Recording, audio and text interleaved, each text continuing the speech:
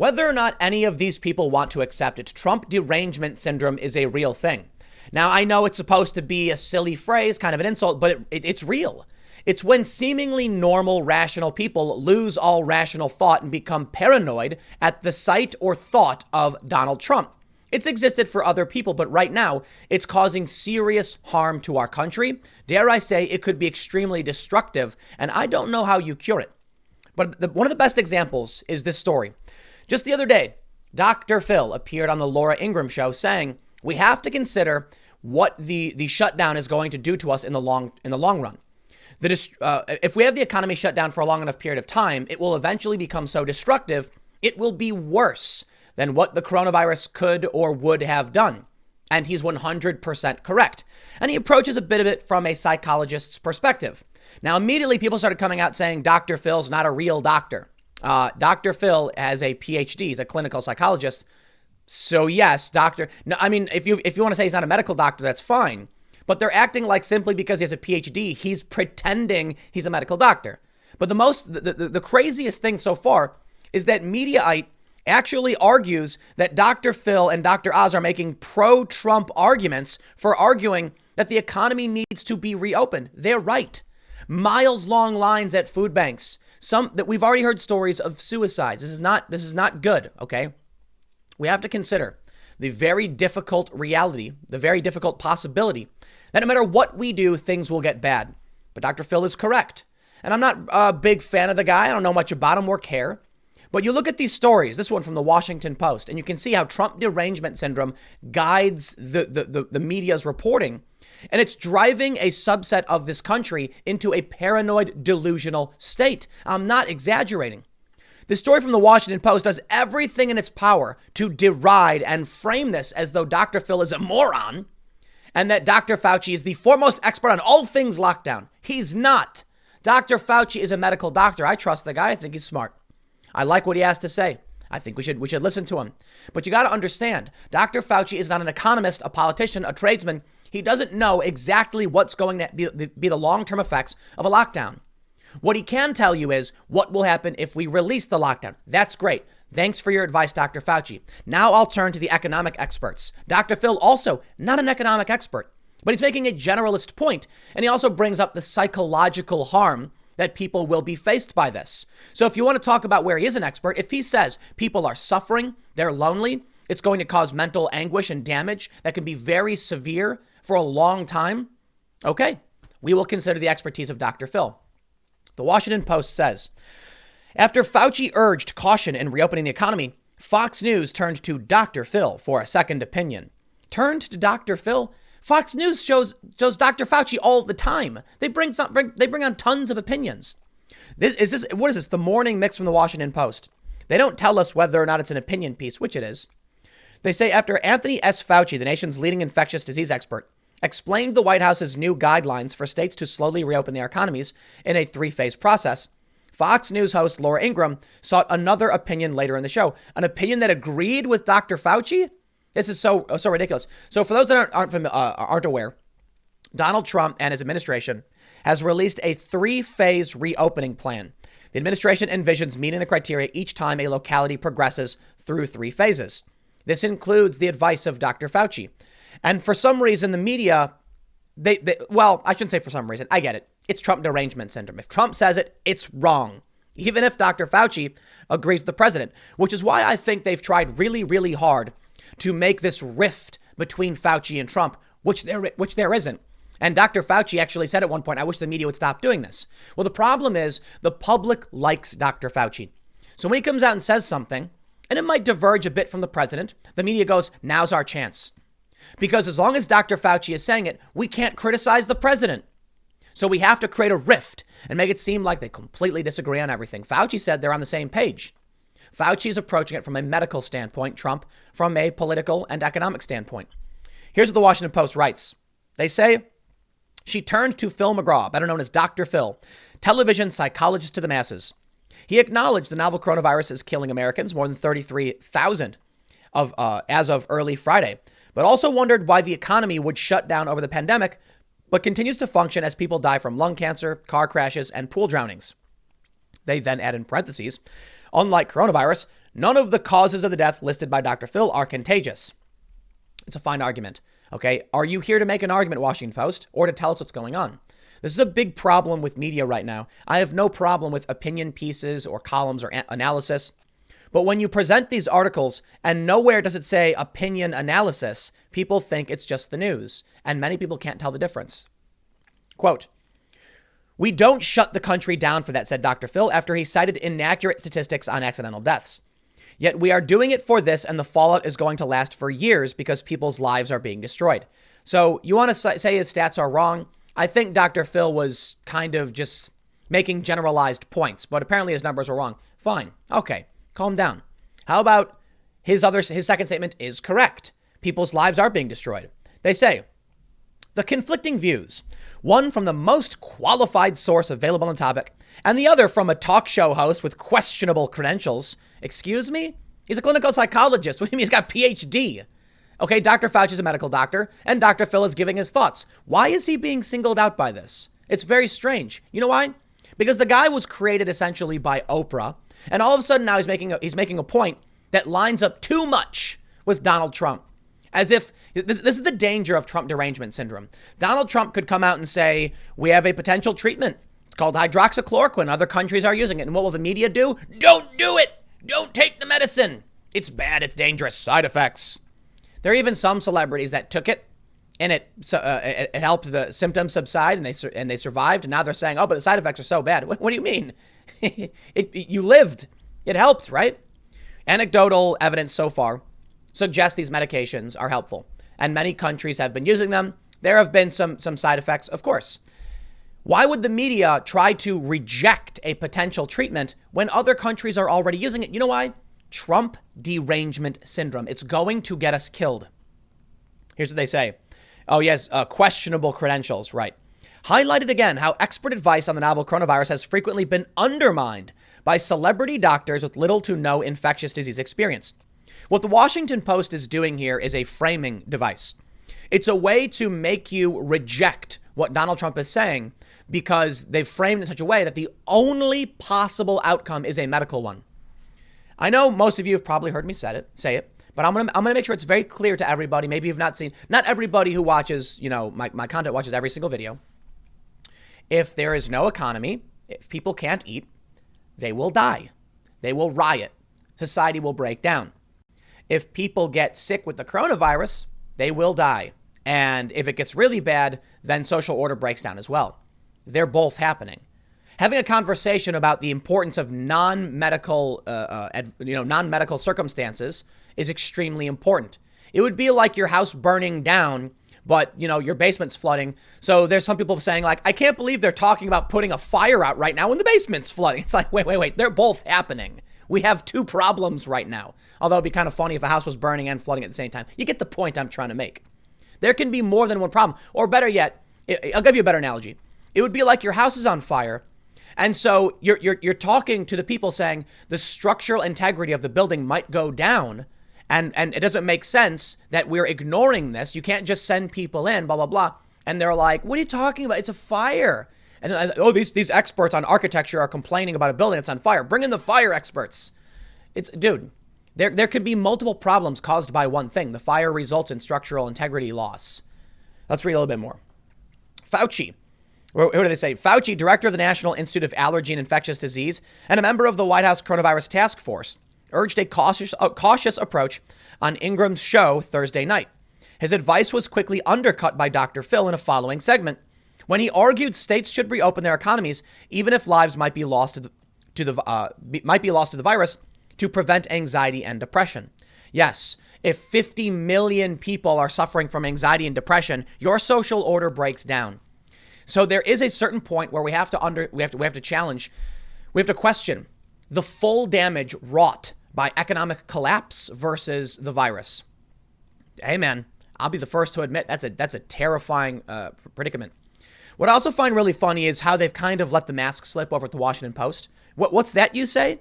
That you actually had Dr. Fauci on to give his opinion, and then you had another guy on to talk about the merits of the economy and depression, and somehow that's a bad thing? Amazing. The media no longer believes in entertaining various ideas. Oh, they'll argue, but Dr. Phil is not qualified. He's a clinical psychologist. He's giving you his perspective based on how people will react to this. I think that is actually one of the most he's one of the best people you could have for this. Now, maybe there's a better clinical psychologist who could speak to this, but talking about the mental effect on human beings of this mass lockdown, I think is really important, especially how the coronavirus is affecting people's mentality. People are dying from the coronavirus, he said. I get that.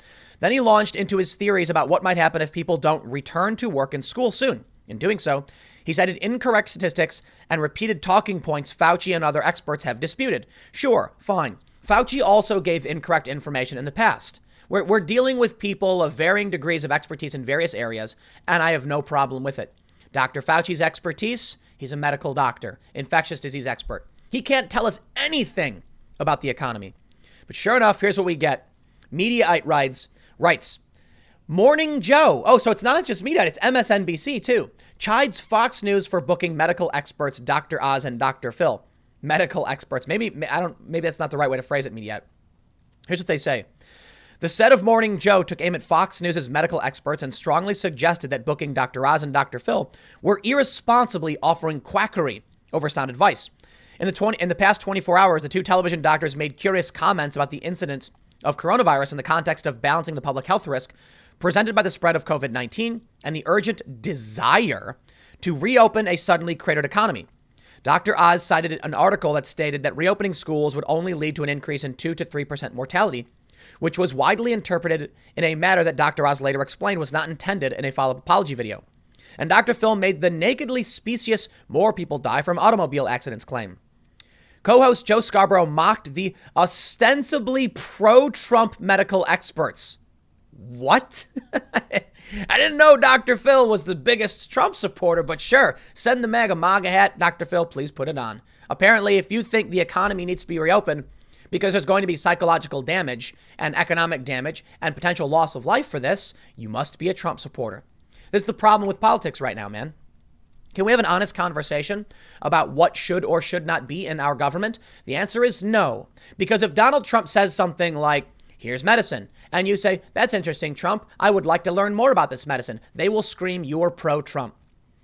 Why?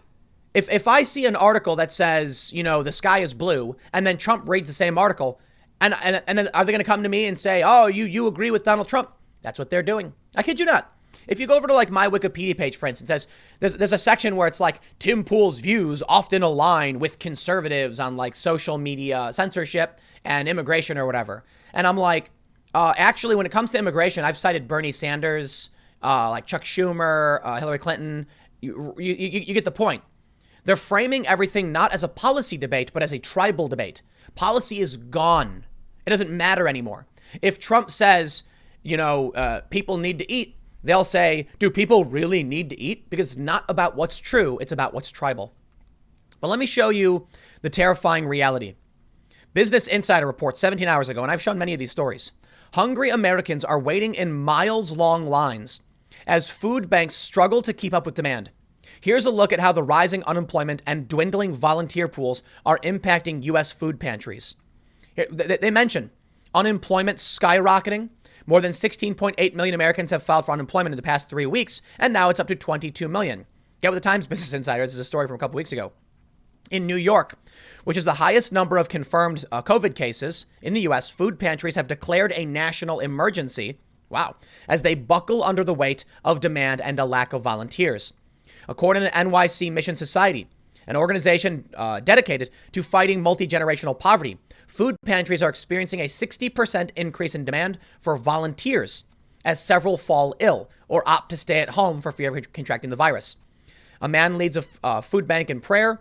Here we can see with volunteer pools decreasing dramatically, food pantries have been left with skeleton crews. Remaining volunteers in New York unload boxes of food in Manhattan last week. We have seen miles-long lines in various states. Chaos erupted at one Mississippi food bank when people couldn't get access to food because they demanded that you pre-register. Now, we're not at the point necessarily where the people line up for food banks and then riot.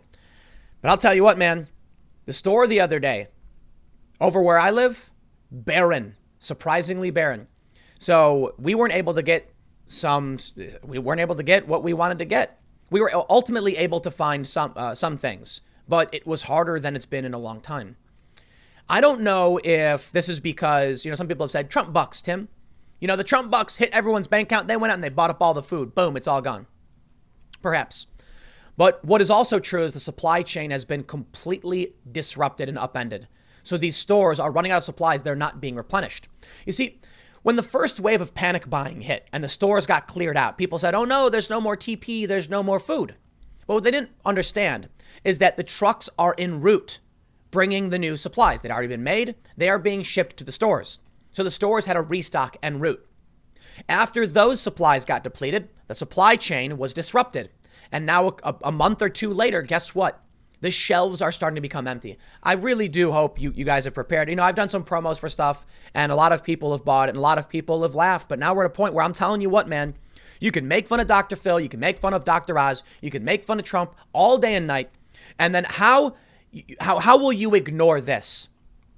In an effort to prevent person-to-person contact and increase efficiency, many locales have transitioned to drive-through food banks like Greater Pittsburgh Community Food Bank in Duquesne, Pennsylvania. I'm hoping I'm pronouncing that right. In Irving, Texas, cars lined up a mile down the road to collect groceries. In Pittsburgh, mobs of cars lined up for boxes of food. In Los Angeles, cars spanned several miles. They're ignoring this. Why can't we have a sane, rational discussion about what's going on?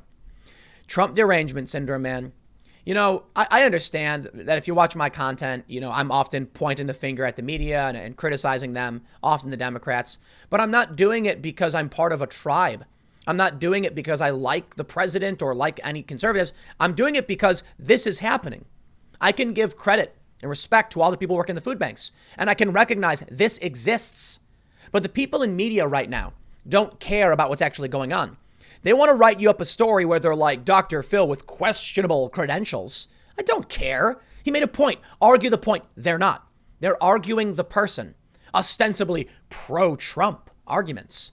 What does Trump have to do with these food banks? Nothing. Donald Trump isn't running these food banks. Donald Trump isn't providing food or taking food away. These are the localities that have already been set up. Why are people now rushing to these food banks to get food? Because the economy was shut down. 22 million people just filed unemployment claims. It's probably substantially worse. Guess what? The Democrats had the opportunity to increase the funding for the Paycheck Protection Program. And they said no, because they wanted some ideological gains. Nancy Pelosi couldn't even explain why she obstructed it in a phone call. It's almost like they want Trump to win. Now, I assure you, next week, we are going to see another massive increase in unemployment numbers. Maybe they're thinking by doing this, Donald Trump will lose because unemployment is so bad. But I don't think people are going to blame the president because of the pandemic. And it's not like they can't tell that the Democrats are doing this. But hey, maybe it's a last-ditch effort. Maybe it's complete desperation. Maybe the reason the media is doing this is because they want Trump to lose. I don't know. I can speculate. I think it mostly has to do with the Trump bump. The orange man must be bad no matter what. See, they've all wrapped themselves up into this fake reality. And I feel like secretly they all know Trump isn't really that bad, but they're scared to say it because they think everyone else will attack them if they admit it. In private, I'd be willing to bet you'll find these people saying like, oh yeah, I know he's not that bad. But in public, they're scared. No, he must be the worst. Yeah. You end up with these stories being ignored. Dr. Phil made a point. Now, we can talk about psychology, trauma, depression, loneliness. There have been suicides, and it's really heartbreaking. I don't want to pull them up because I think these people deserve their privacy, their families and everything. But what do we do about this? What are we supposed to do if we can't get an honest conversation about the problems affecting the American people? While the media is reporting, obviously I'm looking at a news article from Business Insider reporting on these food lines. What we're not seeing is the honest conversation about what Dr. Phil said. Maybe they should write a story saying, Dr. Phil says the economy should be reopened. While some of his stats were incorrect, there's an interesting point to be made that there are major food banks and people are going hungry.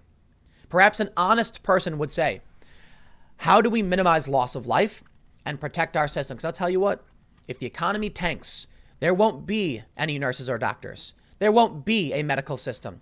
You have to realize these nurses and doctors need food too. And what happens when they get their paychecks cut? What happens when the hospitals say, we can't pay you? Will the government have to just step in and provide emergency food, government cheese to these doctors? No, I'd be willing to bet you're going to see doctors and nurses say, I quit because I have to take care of my friends and my family first.